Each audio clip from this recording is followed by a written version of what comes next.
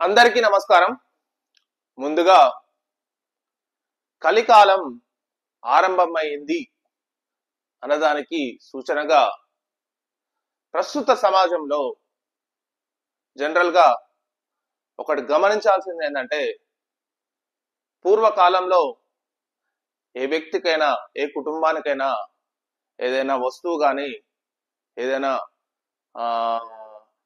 ఏ దానికి సంబంధించిన దానికైనా ఏదైనా దానం ఇస్తే, ఎవరికైనా ఇస్తే దాని వెనకాల కుక్క కూడా మురక చూడదని ఒక నానుడు ఉండేది. కానీ ప్రస్తుత సమాజంలో ఇచ్చిన దానాన్ని సైతం వెనక్కి తీసుకునేంతగా ప్రజలు, కొందరు వ్యక్తులు ఆ రక్తపు కూడు తినడానికి కూడా సిద్ధమయ్యి ఉన్నారంటే కలికాలం స్టార్ట్ అయ్యింది, ప్రజలు ఇలా తయారవుతున్నారు కొందరు అనేదానికి సూచనగా కొన్ని సంఘటనలు మన సమాజంలో జరుగుతున్నాయి. అవి మనం చూస్తున్నాం. సో ఇచ్చిన దానం కూడా వెనక్కి తీసుకునేంత, రక్తపు కూడు తినేంతగా మనుషులు అంత స్వార్థంగా వెంటాడి వేధించి రాక్షసంగా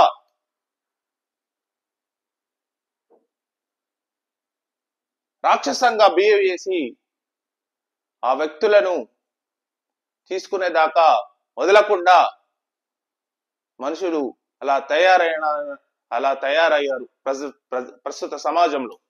సో అలాంటి వ్యక్తులను మనం చూస్తుంటాం. సో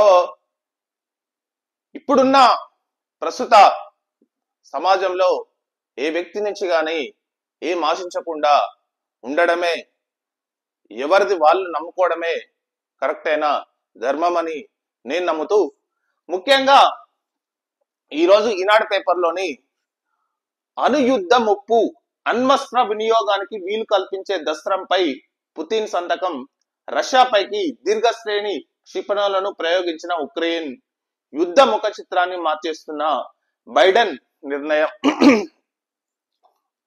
పోతూ బైడెన్, అమెరికన్ ప్రెసిడెంట్ బైడెన్ పోతూ ఉక్రెయిన్ రష్యా యుద్ధంలో ఇంత పెద్ద మంట వేసి ఇప్పుడు ప్రెసిడెంట్ గా వెళ్ళిపోతున్నాడు. ఎంత దారుణమైన నిర్ణయం చేశాడంటే బైడెన్. దీని పరిణామం యాక్చువల్లీ ఏంటంటే ట్రంప్ కూడా వ్యతిరేకించిండు అనమాట. అసలు ట్రంప్ ఇంకా ఇంతవరకు పదవిలోకి రాలేదు, గెలిచిండు కానీ ఇంకా ప్రమాణ స్వీకారం చేయలేదు. కానీ ట్రంప్ ఉంటే దీన్ని పూర్తిగా వ్యతిరేకించేవాడు. బైడెన్ నిర్ణయం అనేది ప్రపంచానికి అనుయుద్ధ ముప్పు తేబోతుంది. ఎగ్జాంపుల్ ఎలా అంటే, ఆర్మీ టాక్టికల్ మిసైల్ సిస్టమ్ అంటే రష్యా గగనతలంలో కాకుండా, రష్యా గగనతలంలో ఈ మిసైల్స్ ప్రయోగించడానికి అమెరికా అనుమతించింది. ఎవరికంటే ఉక్రెయిన్ కు. ఎందుకంటే ఈ సిస్టమ్ ను, ఆర్మీ టాక్టికల్ మిసైల్ సిస్టమ్ ను ఉక్రెయిన్ కు అమెరికా ఇచ్చింది. కానీ దీన్ని వినియోగించడానికి కూడా అమెరికా పర్మిషన్ ఇచ్చింది. పర్మిషన్ ఇవ్వడం వల్ల ఉక్రెయిన్ ఏకధాటిగా రష్యా గగనతలంపై ఈ మిసైల్స్ ను ప్రయోగించింది. దీనికి కౌంటర్ గా రష్యా అధ్యక్షుడు పుతిన్ ఏం చేశాడంటే, న్యూక్లియర్ వారకు అణ్వస్త్ర ఆయుధాల వినియోగానికి అనే దస్త్రంపై సంతకం చేశాడు. రష్యా అనేది విపరీతమైన అణ్వస్త్రాలున్న దేశం. దాదాపు ప్రపంచంలోనే రష్యా దగ్గర ఉన్నంతగా అణ్వస్త్రాలు ఏ దేశం దగ్గర లేవు. ప్రెసెంట్ గా రష్యా చాలా అణ్వస్త్రాలు ఉన్నాయి. సో ఆ అణ్వస్త్రాలు మాత్రం రష్యా ప్రయోగిస్తే మాత్రం భయంకరమైన యుద్ధం జరగబోతుంది అనే దానికి సంకేతకంగా బైడెన్ చేసిన నిర్ణయం అనేది చాలా ఆందోళనకరం అని చెప్పి గ్లోబల్ గా విశ్లేషకులు అభిప్రాయపడుతున్నారు. ఈ దుర్మార్గుడు అసలు ఈ బైడెన్ పోతూ ఇంత ఘోరం నిర్ణయం తీసుకుంటాడా? జనరల్ గా యాక్చువల్లీ కొన్ని రోజులు అయితే దిగిపోతాడు. దిగిపోయే మూమెంట్ లా అసలు ఈ రష్యా ఉక్రెయిన్ యుద్ధాన్ని, ముఖ చిత్రాన్ని మార్చే నిర్ణయం తీసుకోవడం వల్ల రష్యా ఇప్పుడు అణ్వస్త్ర వినియోగానికి కూడా వెనకాడబోవు అని చెప్పి పుతిన్ స్టేట్మెంట్ ఇచ్చాడు. ఇప్పుడు మీరు చూడండి, ఔషధాలు, చిన్నారుల ఆహారం నిల్వ చేసుకోండి. రష్యా ఉక్రెయిన్ యుద్ధం విస్తరిస్తే ఏం చేయాలన్న అంశంపై కొన్ని నాటో దేశాలు తమ ప్రజలకు సూచనలు జారీ చేయడం ప్రారంభించాయి. ఈ యుద్ధం జరిగితే నాటో వర్సెస్ అంటే నార్త్ అట్లాంటిక్ ట్రీటీ ఆర్గనైజేషన్ లో 32 దేశాల సభ్య దేశాలు ఉన్నాయి. మరి రష్యా ఒకవైపు ఉంది. రష్యాకు నార్త్ కొరియా ఆల్రెడీ దాదాపు 3,000 మంది సైనికులను పంపించింది. ఇంకా 10,000 మంది సైనికులను కూడా పంపిస్తాననే హామీ కూడా నార్త్ కొరియా రష్యాకి ఇచ్చింది. మరి ఈ యుద్ధం ఎలాంటి అంటే బైడెన్ నిర్ణయం అనేది చాలా ఆందోళనకరం, చాలా అణ్వస్త్రానికి దారితీసే ఒక ప్రయత్నం. యాక్చువల్లీ ట్రంప్ చెప్పాలంటే యుద్ధాన్ని ఆపాలని చెప్పి ట్రంప్ ప్రయత్నిస్తుంటే బైడెన్ మాత్రం పోతూ పోతూ అగ్గిలో ఒక మంటేసి ఇంకా 2-3 కట్టెలు వేసిపోయినట్టు లాస్ట్ నిర్ణయం బైడెన్ పోతూ తీసుకున్న నిర్ణయం అనేది చాలా ఆందోళనకరం, చాలా ఆశ్చర్యకరం అని చెప్పాలంటే. ఇంకో ఇక్కడ చూడండి, అణ్వస్త్ర వినియోగానికి వీలు కల్పించే దస్త్రంపై పుతిన్ సంతకం. పుతిన్ ఇంకా ఆల్రెడీ అణ్వస్త్రాలు ఉపయోగించవచ్చు అని చెప్పి దానికి వాళ్ళ సైనికులకు ఆ ఫ్రీడమ్ ను కల్పిస్తూ ఇచ్చే పత్రంపై ఆల్రెడీ పుతిన్ సంతకం చేశాడు అనమాట. రష్యాపైకి దీర్ఘశ్రేణి క్షిపణులను ప్రయోగించిన ఉక్రెయిన్ మాత్రం రష్యాపైకి దీర్ఘశ్రేణి క్షిపణులను ప్రయోగించడం వల్ల ఇమీడియట్ గా పుతిన్ ఈ నిర్ణయం తీసుకోవడం జరిగింది. ఈ నిర్ణయం అనేది ఎలాంటి గ్లోబల్ గా ఎలాంటి పరిస్థితులకు దారితీస్తుందనే ఆందోళన మాత్రం ప్రపంచంలో అన్ని దేశాలకు పట్టుకుంది.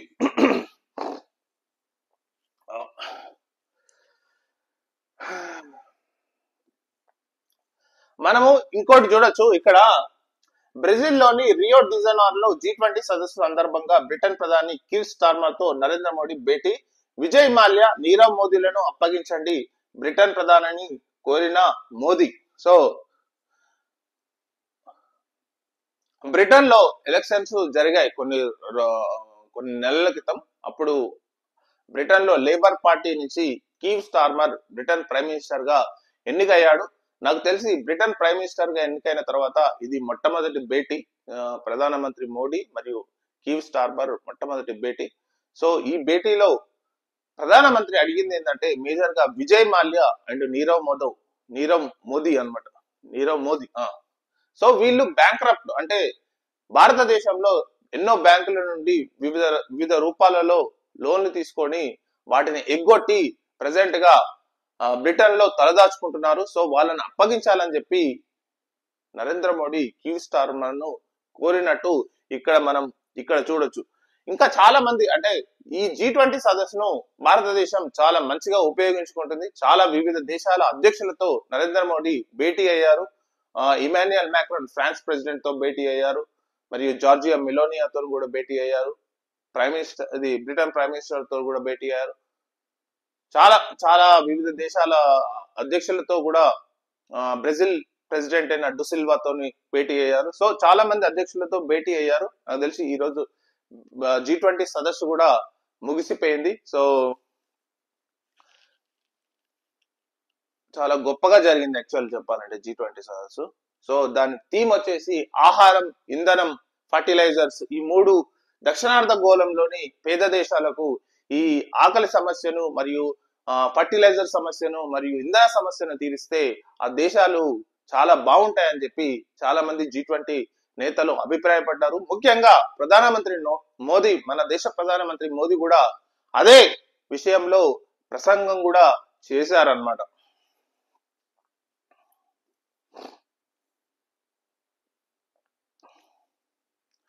ఇక్కడ మనము లోకల్ గా ఒకటి న్యూస్ చూద్దాం. భవిష్యత్తులో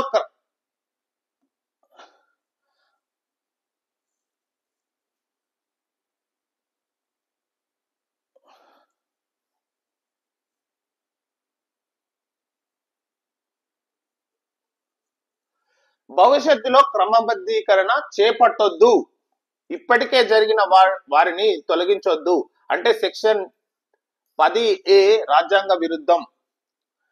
జీవో జీవో నెంబర్ 16 చెల్లదు. ఇది స్టేట్ గవర్నమెంట్ కి సంబంధించిన కాంట్రాక్ట్ ఉద్యోగులకు సంబంధించిన ముఖ్యమైన విషయం.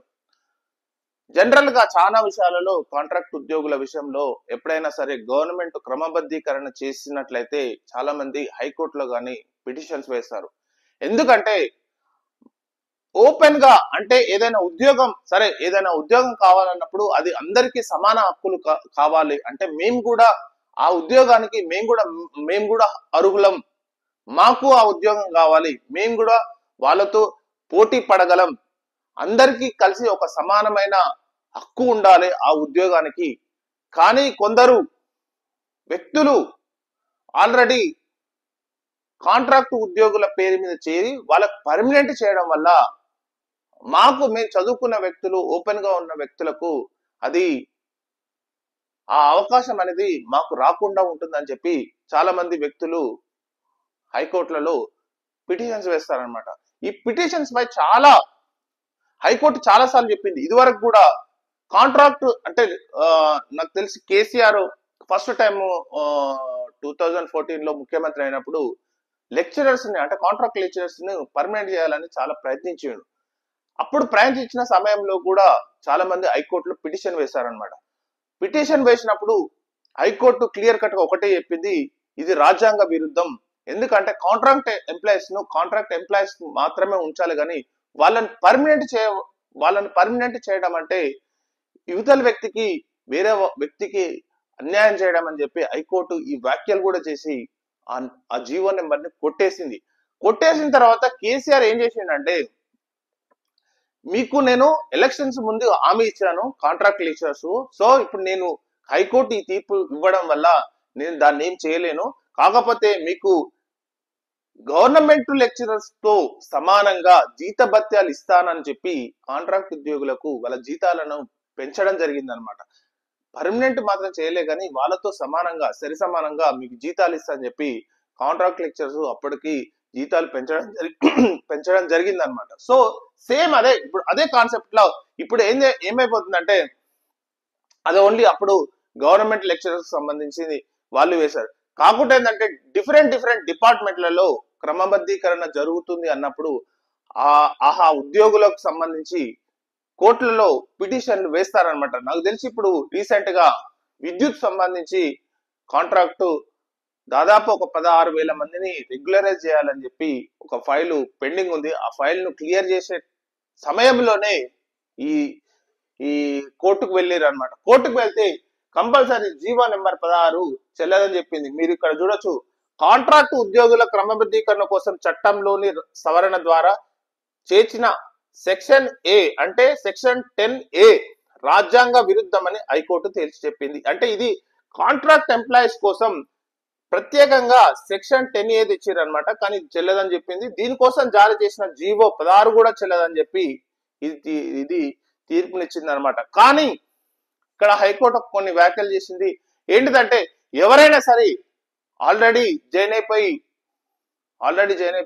వాళ్ళు పనిచేస్తున్న వారిని తొలగించవద్దు, వాళ్ళని అలాగనే కంటిన్యూ చేయాలని చెప్పి హైకోర్టు చాలా క్లియర్ కట్ గా ఇన్స్ట్రక్షన్స్ కూడా ఇచ్చింది. కాకపోతే ఏంటంటే ఇంకా వరుస క్రమంలో ఏ గవర్నమెంట్ అయినా సరే హామీ ఇచ్చినా ఇది నమ్మొద్దు, ఇది పూర్తిగా అసాధ్యం. కాంట్రాక్ట్ ఎంప్లాయీస్ ను క్రమబద్ధీకరణ చేయడం అనేది ఇది రాజ్యాంగ విరుద్ధం అని చెప్పి హైకోర్టు చెప్పింది. ఇది ఫస్ట్ టైం కాదు, చాలా సార్లు చెప్పింది. అయినా సరే కొందరు పార్టీలు ఇప్పటికీ హామీ ఇస్తున్నారు, మిమ్మల్ని రెగ్యులరైజ్ చేస్తాం, మిమ్మల్ని ఇది చేస్తాం, అది చేస్తాం. కాకపోతే ఏంటంటే గవర్నమెంట్ దగ్గర ఒక ఆప్షన్ ఉంది. ఏంటిదంటే గవర్నమెంట్ ఉద్యోగులకు సరి సమానంగా జీతం ఇచ్చే ఆప్షన్ మీ దగ్గర ఉంది. సో అలాంటప్పుడు వాళ్ళ గవర్నమెంట్ తో సరి సమానంగా కాంట్రాక్ట్ ఎంప్లాయీస్ కూడా జీతం ఇస్తే వాళ్ళు కూడా సంతోషపడే అవకాశం ఉంటుంది. కాబట్టి ఆ పని చేయొచ్చు. కానీ మేము క్రమబద్ధీకరణ గవర్నమెంట్ ఎంప్లాయీకి ఉన్నంత అవకాశాలు, అన్ని రకాల బెనిఫిట్స్ కాంట్రాక్ట్ ఎంప్లాయీకి రావడం అనేది పాసిబుల్ కాదు. సో హైకోర్టు కూడా ఇదే తీర్పిచ్చింది. మీ ఎట్టి పరిస్థితుల్లో అది జీవో నెంబర్ 16 చెల్లదని చెప్పి 10A రాజ్యాంగం విరుద్ధం అని చెప్పి హైకోర్టు ఈ విషయంలో క్లియర్ కట్ ఇన్స్ట్రక్షన్స్ కూడా ఇచ్చింది అనమాట. సో ఇదండి మేజర్ గా ఈనాడు పేపర్ లోని news analysis. Thank you very much.